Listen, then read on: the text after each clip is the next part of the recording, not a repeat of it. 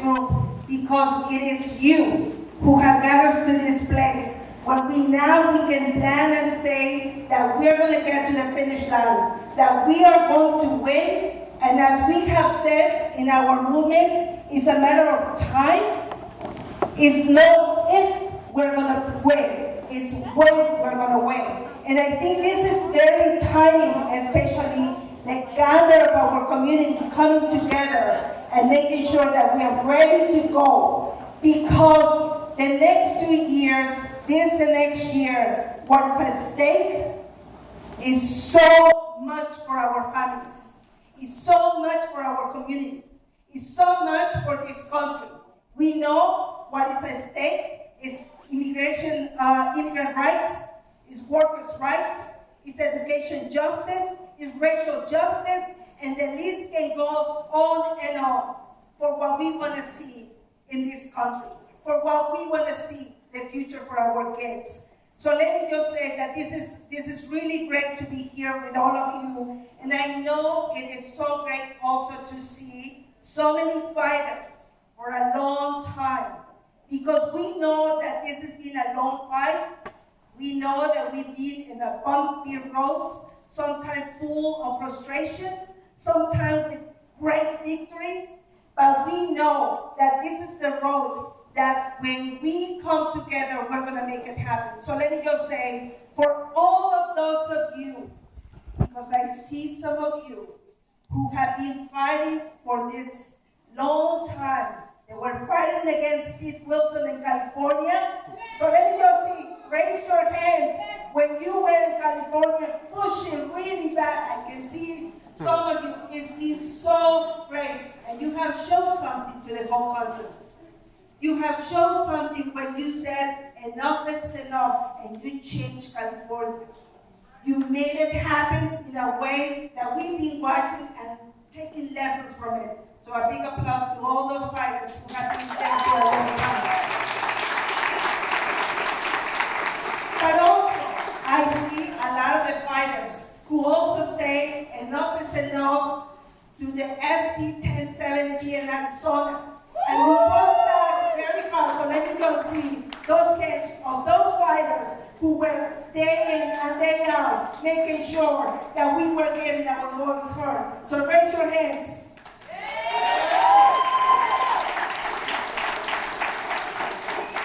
And I want to just thank the youth, because it was you who made DACA happen, and you were able to show us to the whole movement what a fighter's been. So let me just see all these young folks who have been in the fight for the dreamers, but for everybody, for all our families. Raise your hands.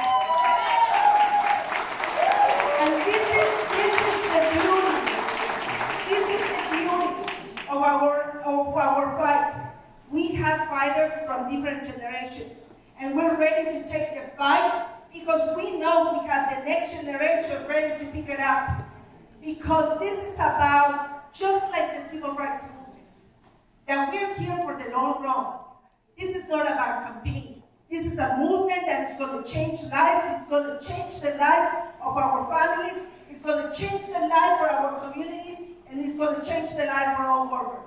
So let me just quickly say, because I cannot say enough how important this convening is.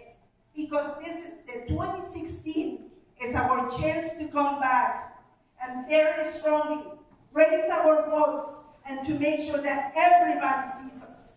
We have the numbers. You just heard Kika. We have the numbers. We have to make sure that those numbers translate into power. And the power of an action, the power in the ballot book, and the power to just say that we are deciding our future. And when we look at the future, we look at the future where everybody, all workers, all people are valued.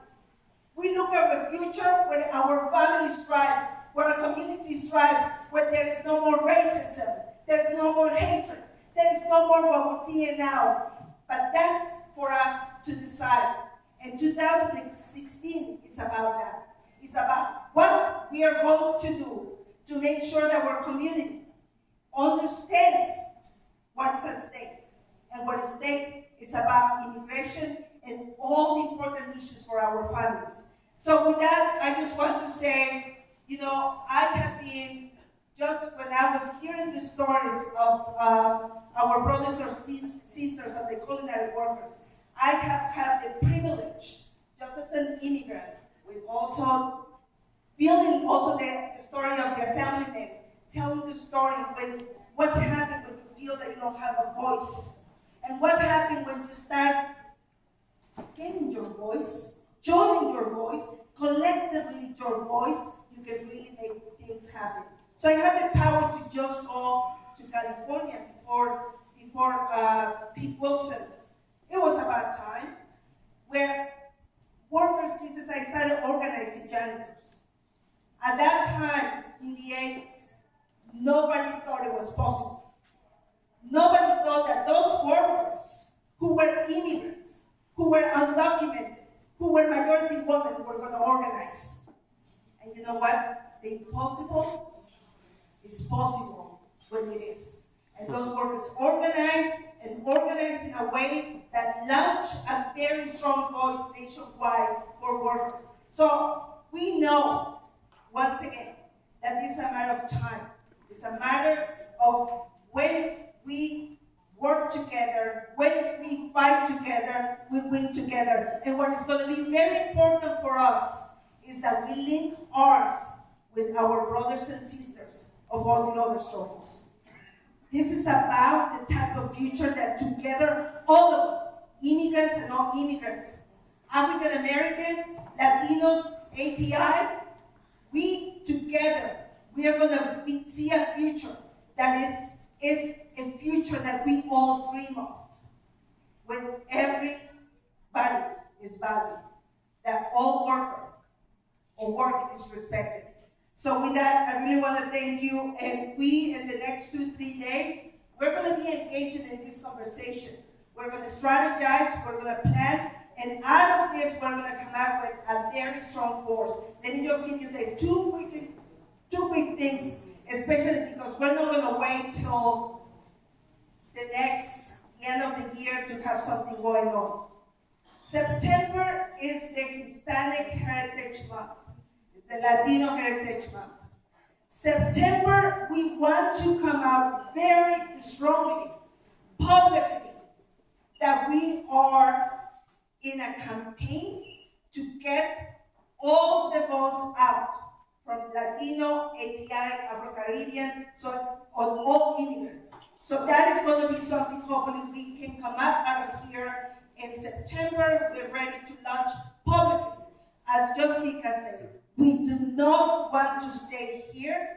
We want to make sure that everybody, especially all those people who have been insulting our community, understand the consequence of that. Then, as you know, the Pope is coming into the United States. It's going to be in DC, New York, and Philly. It is, as many of you know, the Pope is not only a leader in the Catholic community, it is a global leader. And he's going to be talking about issues that are important to us, exactly about immigration, climate change, income inequality, racial justice. So we have 2 months to make sure that we use that incredible historical opportunity to work together. So hopefully with that, you're going to be hearing more about that. But with that, I really want to thank you. I really hope that in the next 2 days, we are coming out with a very big, stronger